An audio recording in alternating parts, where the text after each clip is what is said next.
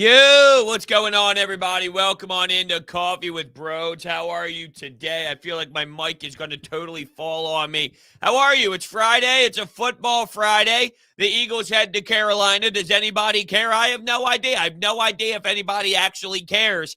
I have not heard the city talk about the Eagles yet this week, which is just insane. But at the same time, no, it's not. It's understanding.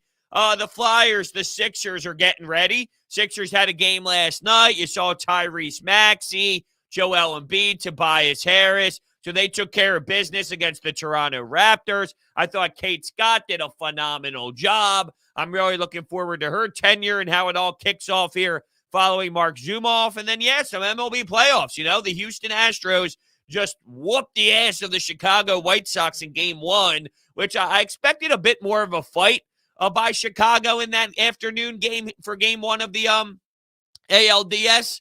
But look, it's a 5-game series, and let's see if they snap back. And then, of course, we had the Rays and the Boston Red Sox last night. So the Rays just dominated. Randy Arozarena, Wander Franco is amazing, or Wander Franco. I always feel like I say it with the American twang that makes me feel I'm saying it the wrong way. What's up, everybody? How are you all? Hello. There's a lot on the table here today, and I'm looking forward to it. As this time of the year comes through, I can lean more national. Now, I'm all in on the MLB playoffs. I don't know how many people in Philadelphia are tuning into Boston, Tampa Bay last night, or watching the Houston Astros play the Chicago White Sox. I don't know. I feel like not many. If I'm being honest with myself, I don't anticipate a billion people kicking back and watching it. But you're truly missing out. And look, you had the Rams game too. You had Rams versus Seattle. The fact that I forgot all about that is just hysterical. But yeah, you had the Rams. You had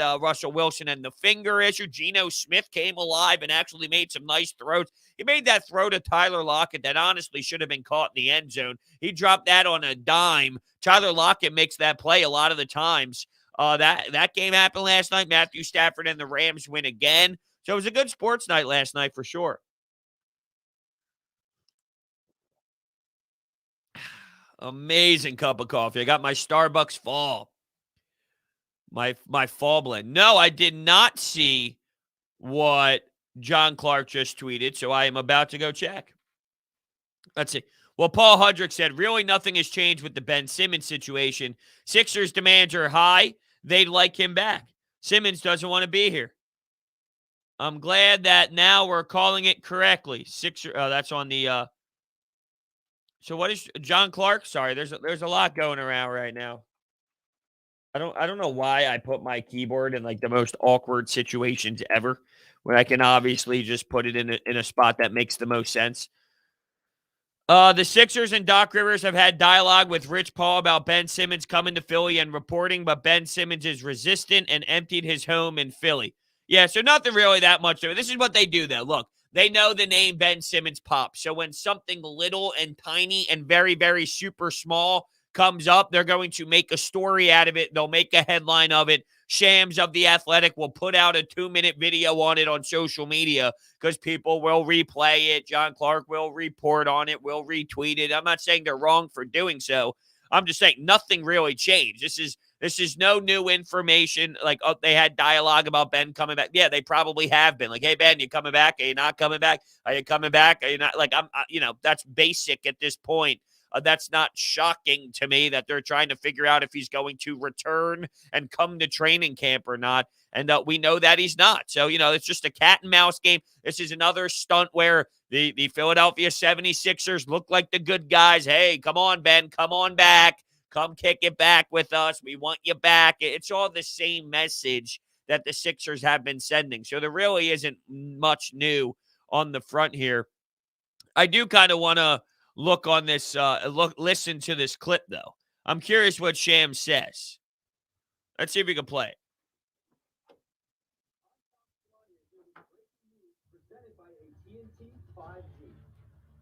The 76ers continue to hope that Ben Simmons reports to the team and rejoins the roster as soon as possible.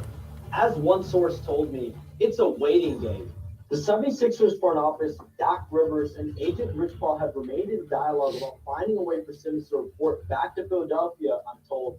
But so far, Simmons has been resistant. And the real question remains, do the 76ers really want a disgruntled star on their roster, which would create a toxic environment and energy around the organization?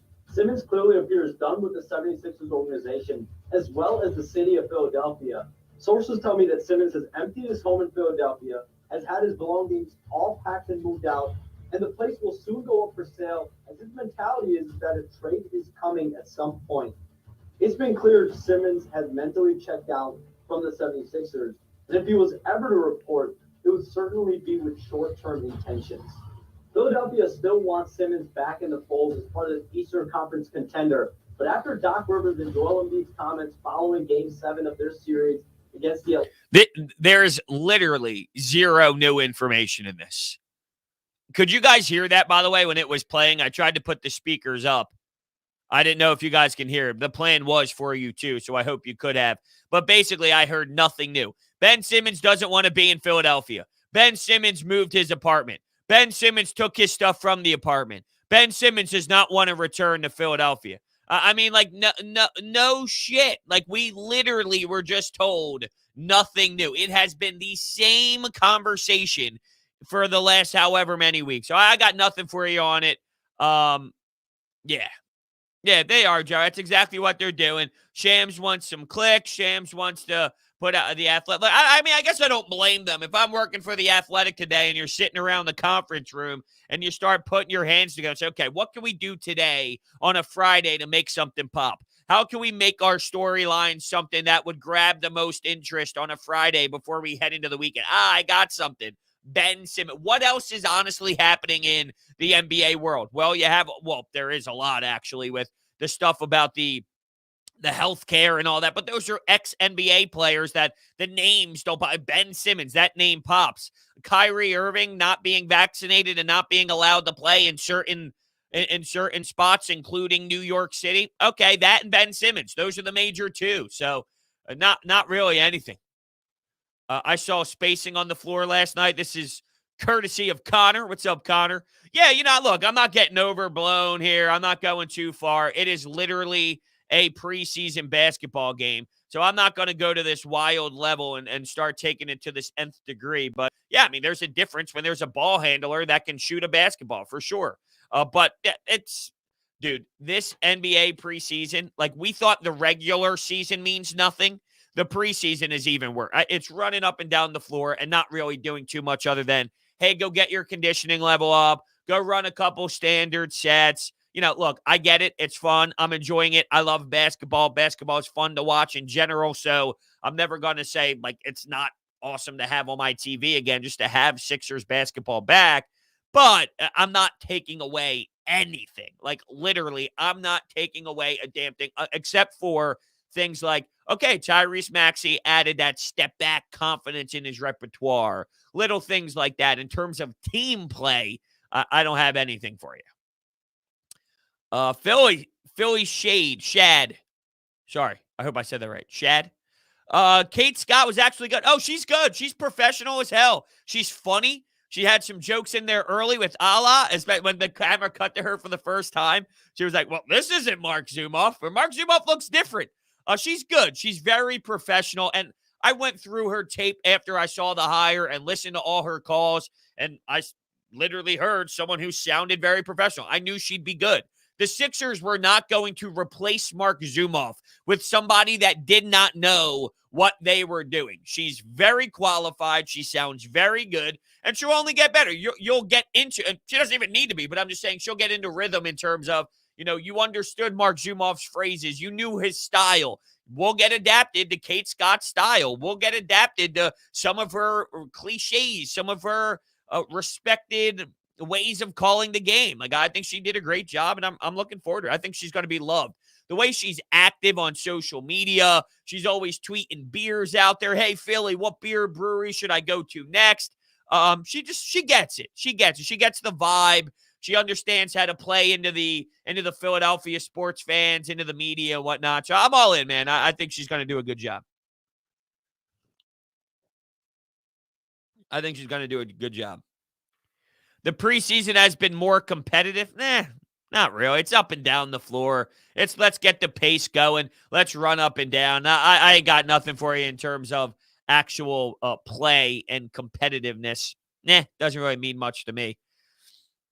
Remember when the Phillies had Nick Pivetta? I hate Nick Pivetta. When I saw him on the mound yesterday, I'm like, oh, here we go, Boston. You're throwing Nick Pivetta in my face. And then I saw the biggest home run in my entire damn life where this shot hit 9,763 feet and hit the top of Tropicana Field, which gave the Rays an even more extended lead. So it actually made me laugh that here comes Nick Pivetta and here comes a bomb.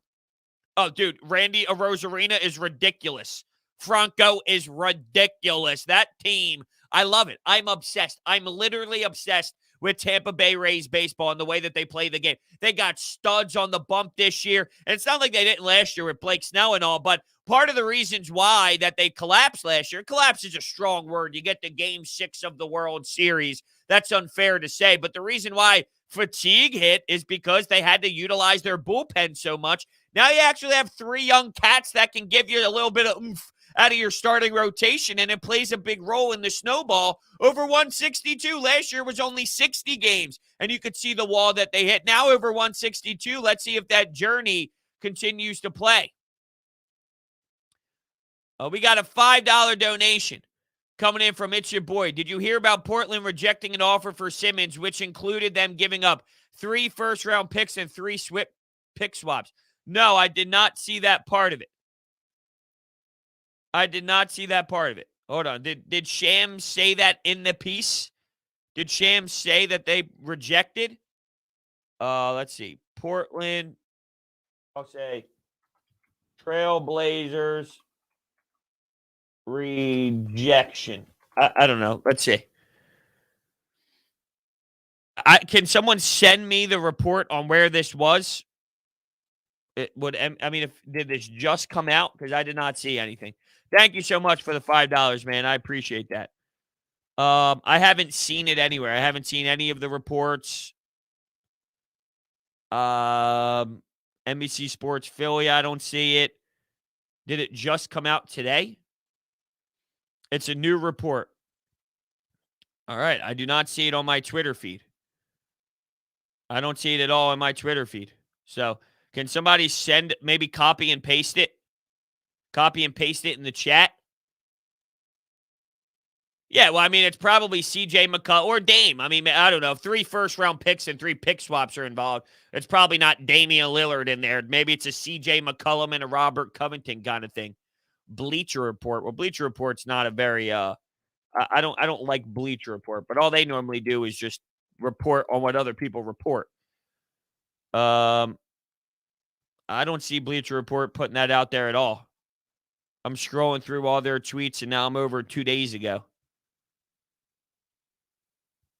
Yeah, I don't know. I mean, I would imagine if it came out, like, it would be literally blasting my Twitter feed with every single person who covers the Sixers. So I don't see it anywhere. Shams talked about it, but it is recent. Okay, yeah, regardless, I don't know. It's hard for me to have an opinion on it when I don't know exactly what was offered other than 3 first-round picks and 3 pick swaps. I mean, was it straight up just that? Was that it? Did they ask for basically 6 picks for Ben Simmons? Was that their approach, or were there more players involved? I guess, I mean, I can't find it, and I don't know I don't have the information. So I'm told, ask the Trailblazers for 3 first-round picks and 3 draft swaps as part of a potential package, but Portland rejected that proposal. As a byproduct of the Simmons saga. Yeah, I hear it there. I just saw it on the back end of it. Yeah, I mean, would 3 first-round picks and 3 pick swaps tickle my fancy? No, but what I'd imagine is if that's the case, they would just utilize all that data and utilize all that compensation, I should say, and try and flip it for a player would be what they're trying to do if that's the case. So it doesn't matter because it's not going to happen, and it looks like Portland saying, no way in hell am I doing that for Ben Simmons.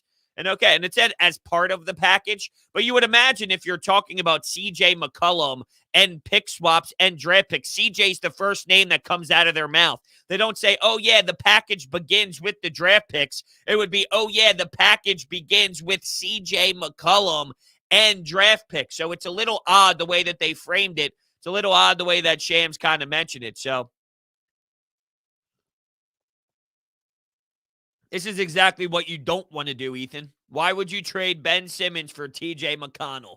Why would you just get rid of Ben? At this point, the Sixers, they're doing it right. If you don't see that Daryl Morey's playing this the right way, then I don't know. I mean, he's playing it better than I would have. I'll openly admit that. I probably would have rushed Ben Simmons out of town because I wanted to enter the new season with the fresh slate, with the new mind, and I don't want to hear Joel answer questions about Ben. I don't want to hear the media ask a billion questions about Ben. Not that they're wrong, they're right, but I want to focus on the new season. You're going to get something in return that probably goes, that's better than I expected because Daryl Morey's doing it the right way. So I actually like the way they're handling it. Ben Simmons and Rich Paul are uncomfortable. They don't know what to do right now. They're starting to flirt around with, well, if he does come back, now we're already hearing that. If Ben does come back, this is what's going to happen. He's resistant, but if he does, yeah, because he's getting hit in the pocketbooks and he knows that he's not going to be able to return that money like they once anticipated. So Daryl Morey and the Sixers, they got their hands right where they want. They got the leverage card. I think they're playing it perfectly. Yeah, see, that's what's wrong, though. No, it's not that. That's not what they should do. At this point, now that they've gotten this far, just get rid of them for anybody. That defeats the purpose of what they're doing. Quite frankly, they made it pretty damn clear that they're not going to do that, or else they would have already. They're playing the leverage game, and it's working. Think about it. 3 months ago, did we ever think Karis LeVert plus Malcolm Brogdon was going to be in play? Absolutely not. You were questioning if you would just do it for Malcolm Brogdon. It's already changed insanely. You've already added another 20-point-per-game scorer to already a Malcolm Brogdon, and that's not even with them saying yes to it or anything of that nature or making it work. So look at how it's already played a role in gaining more by waiting out. They're playing it right. They're playing it right.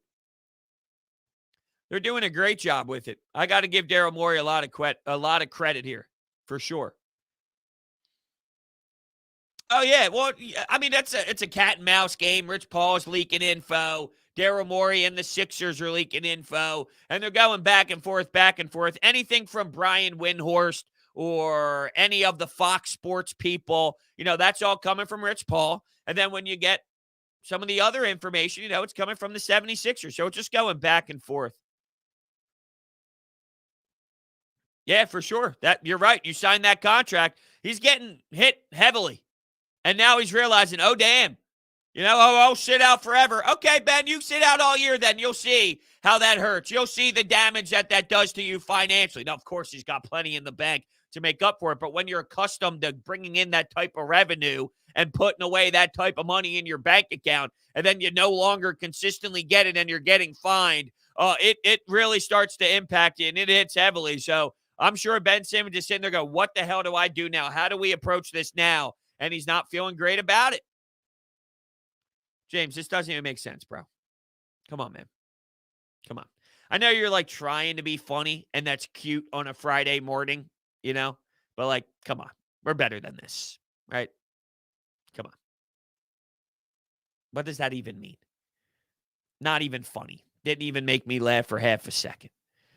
Mr. 89. Rich Paul is looking like broke Paul. He's going to need that Adele money. Now, see, here's the thing with Rich Paul. I'm not even mad at Rich Paul, right? This is all Ben. This is what Ben wants. Ben wants you to point the finger at somebody else. Oh, it's Doc Rivers. Oh, it's Joel Embiid calling me out. Oh, it's the fan base. Oh, it's the toxic media. Oh, it's this. Oh, it's that. Oh, it's Rich Paul. It's Ben Simmons. It's Ben Simmons. Rich Paul is not happy with the way this is playing out. He's not happy with Ben Simmons, but he's forced to protect the brand as much as he possibly can, as well as he can. So that forces him in this position to play a role that, yeah, he does play this role with players, but not with a player like Ben Simmons that's going through this debacle. This is not standard. This is not your basic a player is unhappy. Ben Simmons is unhappy with the number 1 overall seed in the Eastern Conference who's fighting for a championship and playing alongside the MVP of the league, or at least in the conversation of the MVP of the league. That's not how this works, right? Normally, you're upset because your team stinks. Your organization is ran so poorly. I'm not telling you the Sixers are a greatly ran organization, but I'm telling you that this is the really weird spot to be in. Not common. Rich Paul, I don't even blame. Everything goes back to Ben. Everything goes back to Ben. You can get more than both of these guys, Michael.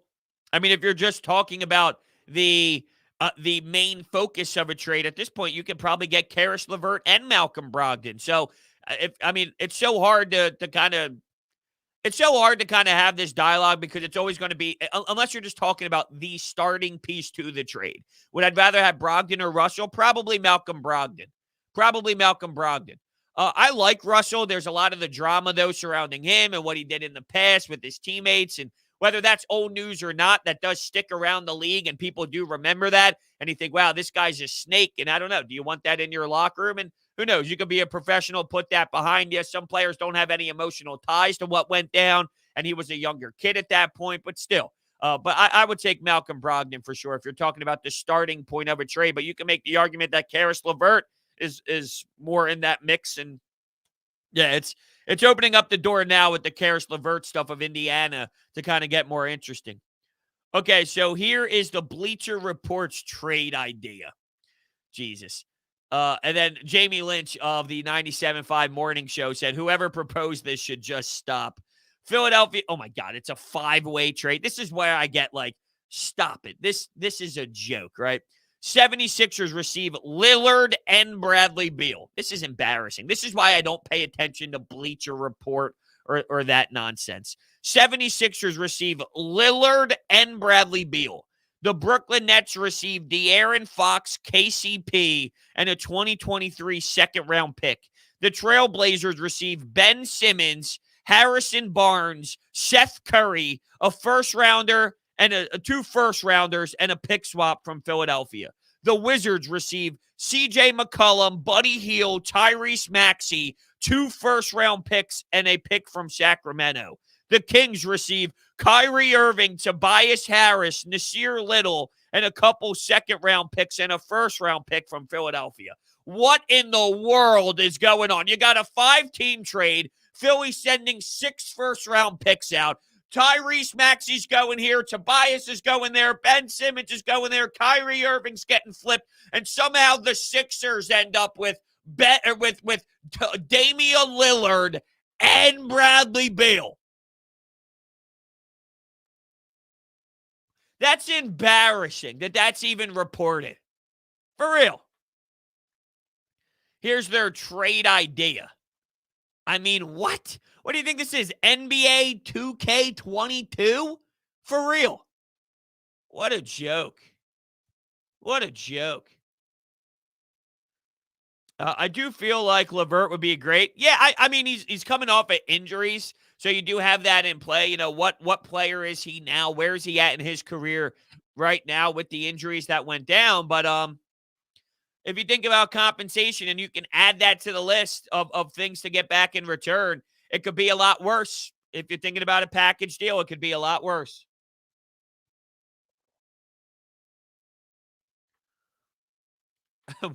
What is this? John says Sixers could have introduced Ben to a nice Philly girl, had a nice Villanova home with indoor pool and great organization. He would have had it made. Yeah, but guess what? I'd rather be hanging out with Kendall Jenner, and I know she's hanging out with Devin Booker at this point, but I don't blame him for the approach to the game with the women. All right. I mean, look, I you can talk about Villanova girl all you want. I'm taking Kendall Jenner. That's no disrespect to the Villanova people. We could talk about Philadelphia women and, no disrespect to the Philadelphia women. I'm taking Kendall Jenner. I'm taking some Australian, or was she Australian or maybe she was from England. I don't know where she was, but the chick he was hanging out with, that's a star overseas when he was at Wimbledon. Yeah, I'll take that any day of the week. Any day of the week. Brodes, 97.5. Yes, 97.5 The Fanatic this weekend. Yes, I am on Saturday, 9 a.m. to noon with Tyrone Johnson. And then on Sunday, I'm on after the Eagles game, 7 to 10 p.m. So Saturday, I'll be hosting with Tyrone, 9 a.m. to noon. Saturday, 7 to 10 p.m. Brodes, Birds getting the dub this Sunday. Yeah, I think so. I do. I think so. I'm going to have a Football Friday podcast out there today. Of course, I'll be recording that after Coffee with Brodes. So if you have not already, make sure you call into the Anytime hotline, and I'll type the phone number into the chat as I always do. So if you have not called in yet, make sure you do that today. I'll be recording. Look, I don't know if they're going to win, but I'll say this. Every week I look at it as I see 6 wins on the schedule. Is this one of those possible 6 wins? Atlanta, yes. Kansas City, no. Dallas Cowboys on the road, no. Panthers, yeah. You can look at their record all you want. They played a Houston Texans team. They played, who did they start out with before that? I actually know it. I'm just drawing a blank. They started out the season playing the Jets. Then they played the Saints. And then they played the Texans, who put up 9 points. They played Cowboys, and guess what? Their defense looked a lot different. Now, the Philadelphia Eagles do not have the same caliber of offense than the Dallas Cowboys do. That plays a major role. You don't know where McCaffrey is. You don't know where the Eagles' offensive line is.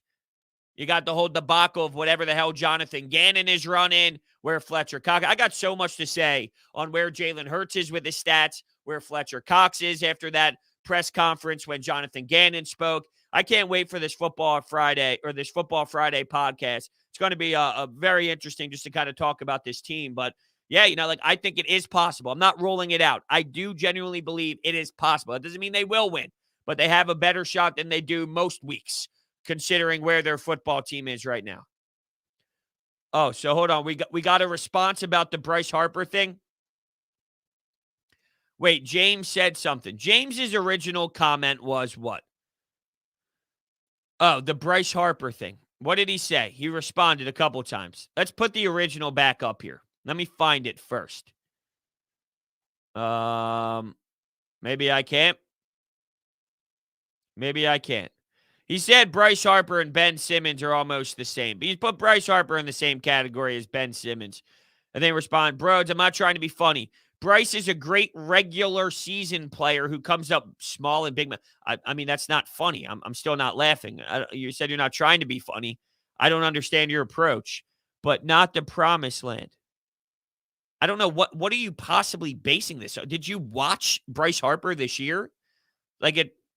I honestly don't even believe that my time should be spent on this type of comment, to be honest with you. I really don't. And, of course, Bryce Harper loves the Phillies organization and loves the city. He's getting paid $26 million to love it. Friggin' duh. James, I'm going to be honest with you, man. I couldn't be any more off on what you're trying to say today. I don't know how you watch Bryce Harper this season and say Bryce Harper just can't bring a team to the promised land. Did you watch the season? Do you know anything about the Philadelphia Phillies organization? Do you see their current state outside of Bryce Harper? Come on now. Nope, it's $26 million AAV. And that's really not even that much in the sport of baseball. So it's not even as if he's getting paid top of the line type of money in the league. There's way more. There's people getting paid way more than Bryce Harper per year. Brodes, do you know a way? Yes, you can download the 97.5 The Fanatic app on your phone, or you can go to 975thefanatic.com and listen to the radio live at those times. So, yes, there are ways to listen to 97.5 if you do not live in the area. And by the way, there's also ways to utilize WinView, and you should do that all day long by downloading the WinView app. Are you tired of getting fleeced by the house? Are you tired of spending time researching players and teams only to end up short? Welcome to WinView. WinView is the only app where skill elevates you over the competition and into the money. Play against family, friends, fans, and rivals during live sporting events. Put your sports knowledge to the test with contests before the games and during the games, experiencing watching the games as well in a way that you never have. Forget about spreads, salary caps, and over-unders. All you need to do is answer questions about the game that you love. MLB Progressive Jackpot right now, okay? For all you baseball fans out there, the perfect game, Progressive Jackpot, starts at $5,000 and builds after every MLB postseason game. All you need to do to win is make 10 correct predictions for any MLB game, and you're in the money. It's that simple. We could be seeing a 5-figure grand prize at the end of the World Series. So do not miss out. Make sure you go download the WinView app down below in the description. It's absolutely a no-brainer. I'm obsessed. I literally scroll through all of the competitive competitions every single day. It's like TikTok. I'm just scrolling nonstop. I've been on this app for 2 hours playing these games, answering the questions. Make sure you do that as well. All right. Where are we here in the chat? Let's see here. I wanted to get, here's James. Bryce came up small. He came up small in the recent, dude, come on, man. No, you're way off. I'm sorry. You're just way off. That's all right, though. Not everybody can get it. You're just way off. There's plenty of reasons why. I mean, let me know how one man can carry a team in baseball. Yeah, the Washington Nationals did not have the success. They had a miracle journey the year that he left, and I think that, it was just one of those. It's like the 2017 Eagles Super Bowl. It just happened. It just clicked. It all made sense. The team had the flow. That Nationals team, when Bryce Harper left, they had it. They had that magical touch. I don't see how you look at Bryce Harper and the way that he played and have this criticism of him coming up small and him not being good enough against the Atlanta Braves. The guy's going to win MVP of the entire league, and he came up small. I mean, it's just absolutely embarrassing to have that type of take. I'm sorry. I just can't handle it. It's a really bad take. Who do I think wins the World Series? Dude, I love this Tampa Bay Rays team. I love it. You know what, though? There's something that tells me Houston's going to do it just to shut up everybody. I don't understand how you have that thought process, though. I don't know what you've seen out of him here that goes, this guy's just going to come up small. And to be honest with you, this is why I hate the take as well.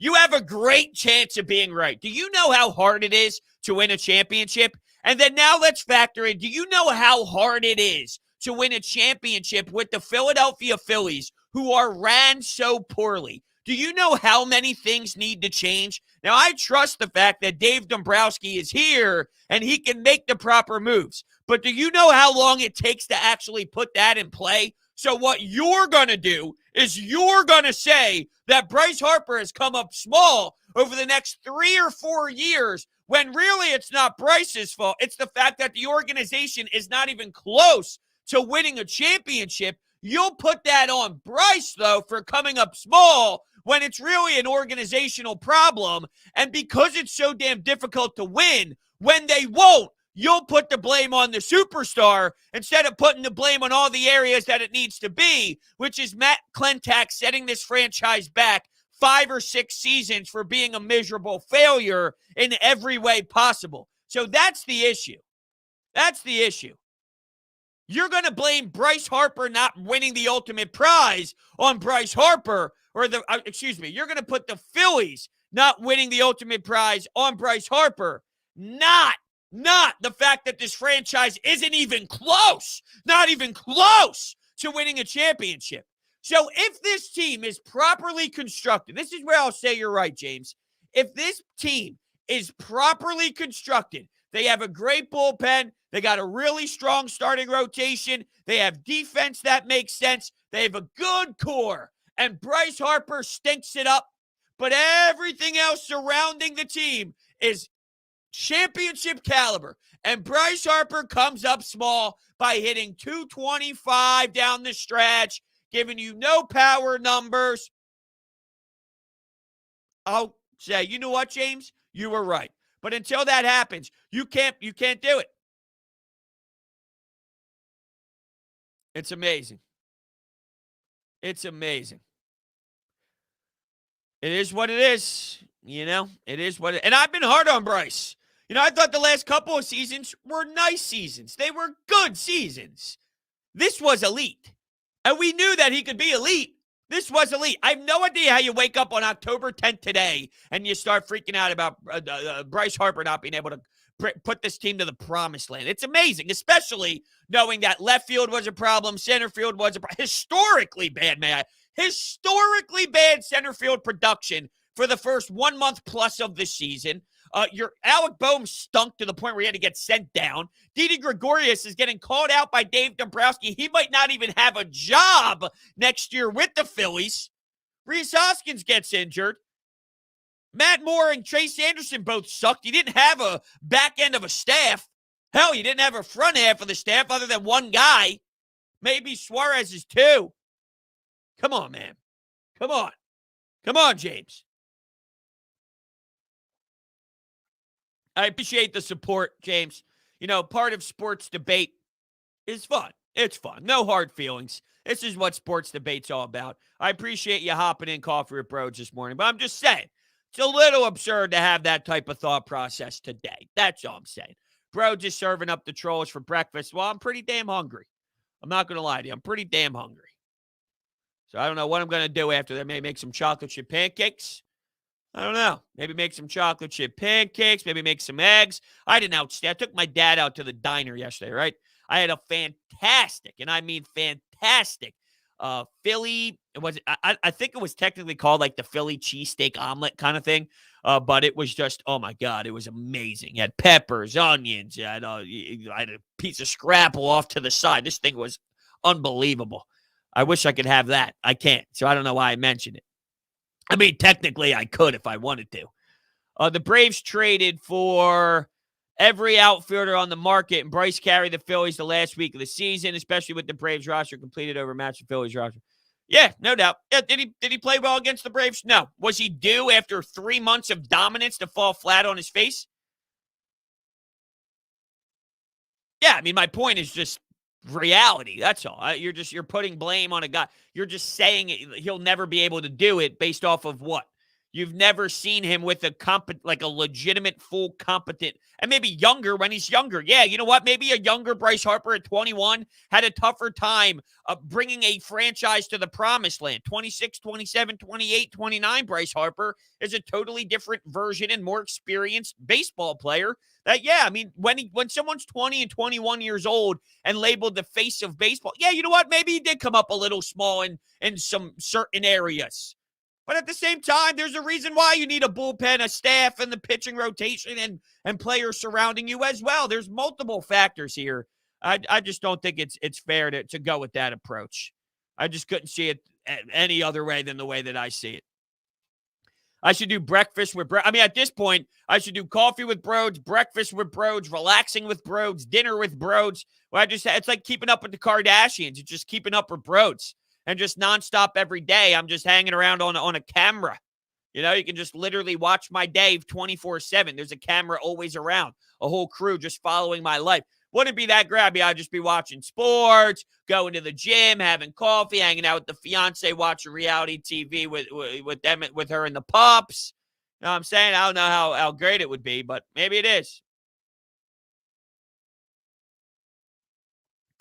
The Brodashians, that's solid. I can do that. Keeping up with Brodes. Get a GoPro. All right, maybe we're on to something. I think we brought this up before at some point, but maybe we're on to something. I know BetQL is on to something. They're just fantastic. Do you want to get an advantage over your sportsbook? Download BetQL. They're the only app you'll need to make smart bets. Their best bet computer model scans over 350,000 unique bets per year. Their model covers everything from spreads, over-unders, and player prop bets. There is sharp data so you can see who the professionals are backing. Line movement so you can jump on betting opportunities in real time. And team lineup breaking news and injury status updates. Head to the App Store or Google Play Store now and download BetQL. You can enter the discount code BRODES at payment checkout, and you will get 25% off any of their subscription offerings. They have team summaries highlighting previous success against the spread and the team over-under and so much more. You can find all this information down below in the description.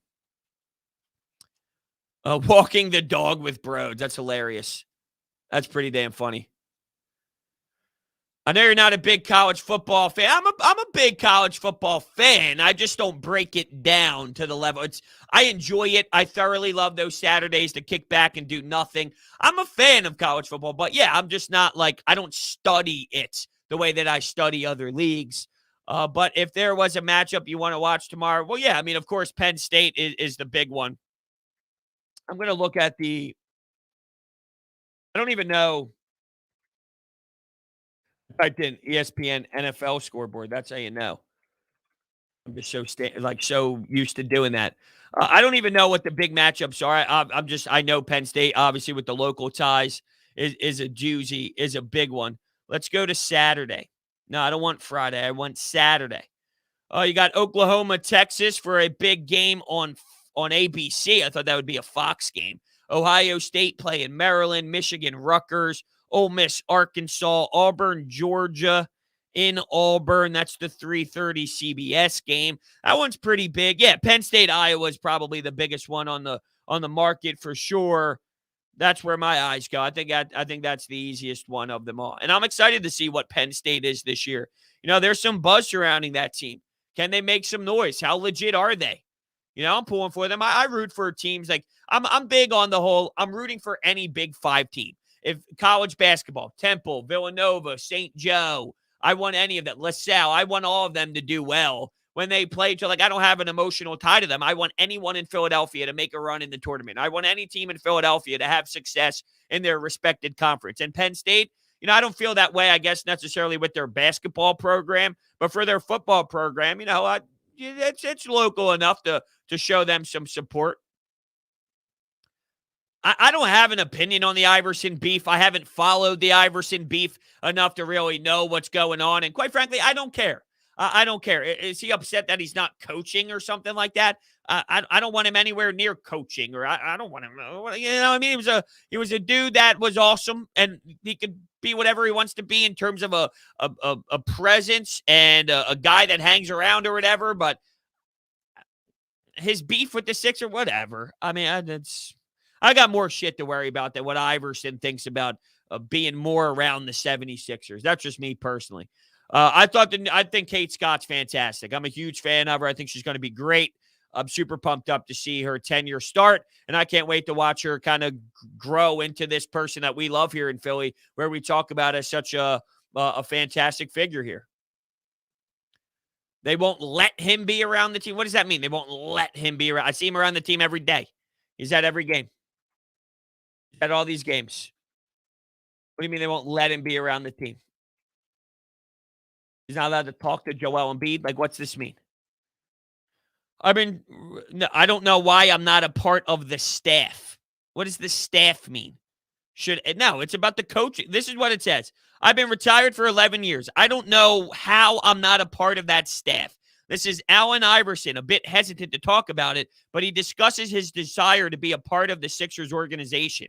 What do you think? Should AI join the coaching staff in some capacity?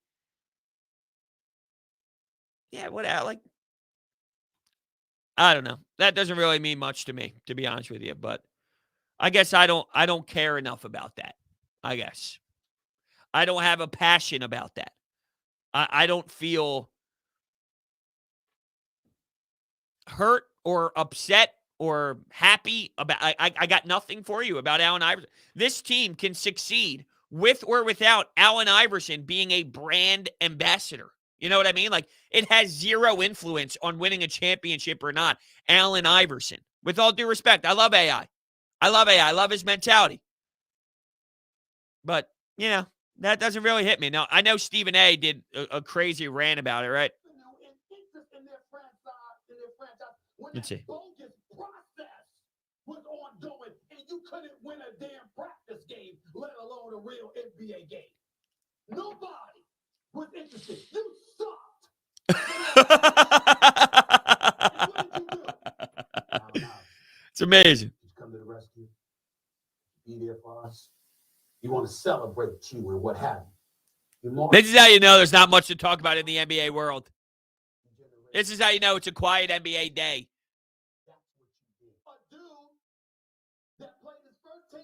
If I turned on First Take, right? Like, let's say I'm not in Philadelphia, right? Let's say I'm an out-of-market guy. I live in Indiana. I live in L.A. I live in Charlotte. I don't know. I'm just spitballing here. And I turn on First Take, which would never happen, by the way. But let's just say I do it. And I open up my door. I turn on my TV, and I turn it on. And it's like, wow. I don't give a fuck about Allen Iverson and the 76ers and how he's being treated. Like, I just don't. I don't. That's a story that there's nothing going on today. That Stephen A. on First Take's going off about Allen Iverson not being a brand ambassador for the, like, I wouldn't give a damn. That would you care if the Charlotte Hornets treated Steph Curry's dad the wrong way, Del Curry? If they treated Del Curry a certain way, like, would you give a damn about hearing about? No! No! It's a non-story, with all due respect. I got nothing for you. Just the way I see it. I don't have a passion about it.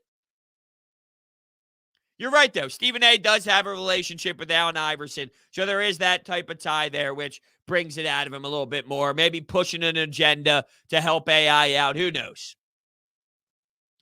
Yeah, well, you're right.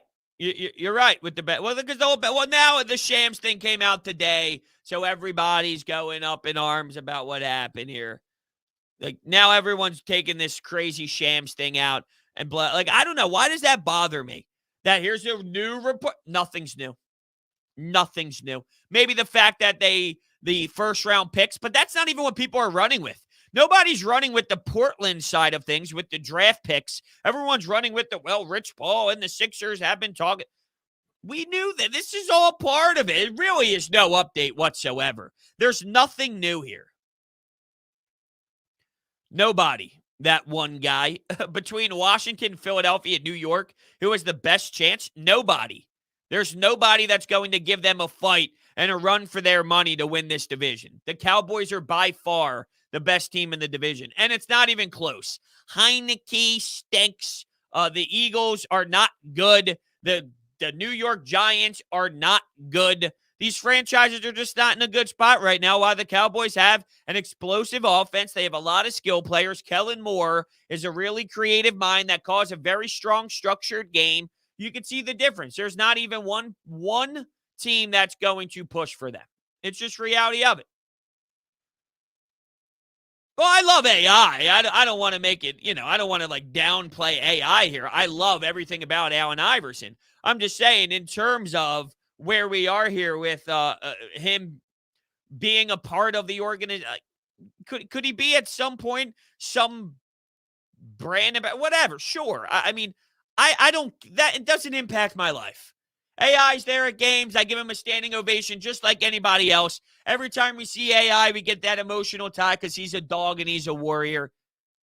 Maybe I'm missing details too. Let me be very clear. If I'm missing details here, I even said it from the jump.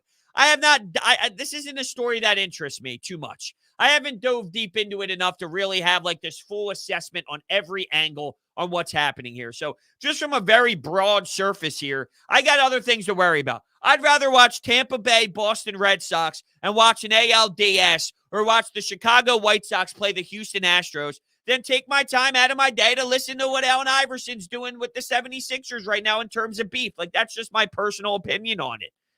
I know he's got an emotional tie, though, and that brings people out. Like, the emotion's out. It just doesn't for me. Do I see the Eagles using Kenneth Gainwell more than Sanders? It just seems like that's what they're doing. I don't know if they should. Maybe they are for a reason. The Miles Sanders thing has been very strange. You have an opportunity this weekend to pound the rock. You definitely have an opportunity to get going in the run game.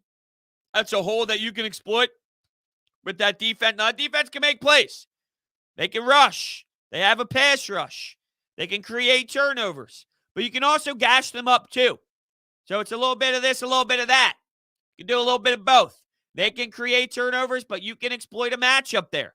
Will they? I don't know. You would think. You would think. It's right there.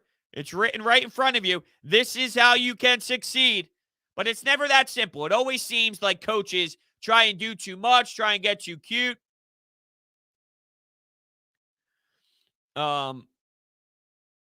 Yeah, I guess we got to wait to see where Christian McCaffrey's status is. You know, Moore can make some plays. Robbie Anderson has the ability to get behind you and make a splash play, get a home run hit. Maybe hasn't played out as much as he would have liked to throughout the first couple of weeks, but he can. Oh, he definitely can.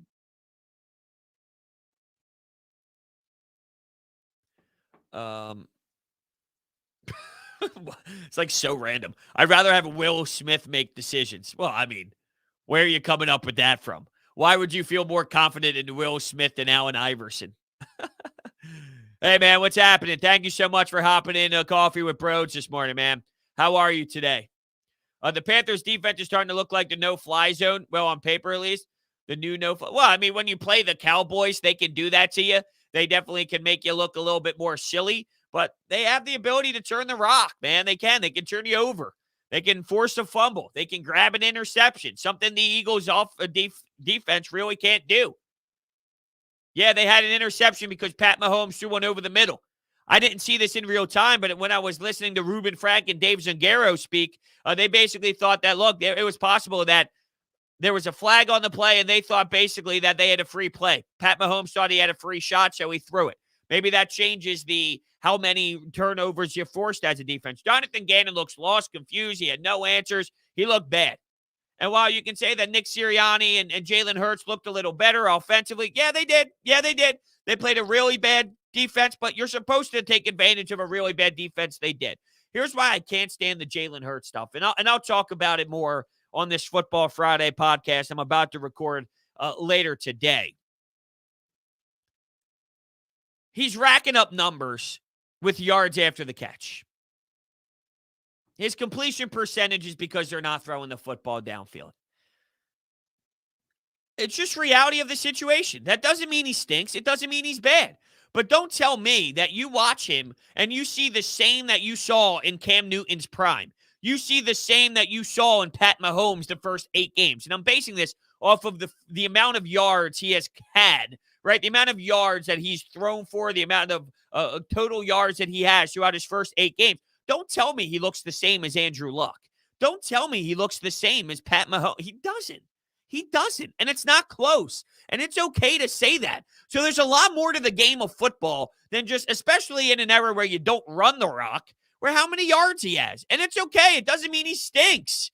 It's just reality of it. You can't just use numbers to say that this guy's magnificent. Look at his numbers. He's exceeding expectations. Look at the brand. They literally lead the league in yards after the catch. And look, that's Nick Sirianni putting his player in a position to succeed. And that's something that he stressed. And it's an area that, look, I have to recognize that Nick Sirianni is doing that, knowing, wait for it, there's flaws with the quarterback.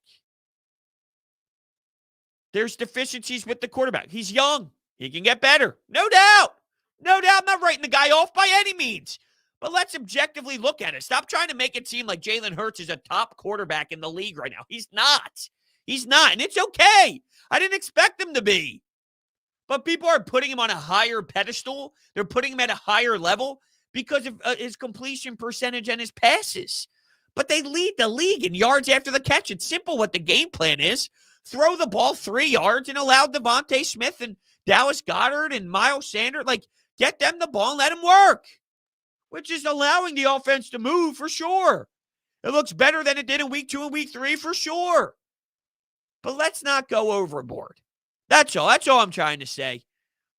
I like Jalen Hurts. He's been doing a fine job. He looks strong at times. He looks weak at times. Welcome to being a 23-year-old quarterback in the National Football League. But come on, let's calm down. The Carson Wentz lovers are now taking it to this wild level. And then the Jalen Hurts haters are also being obnoxious as well.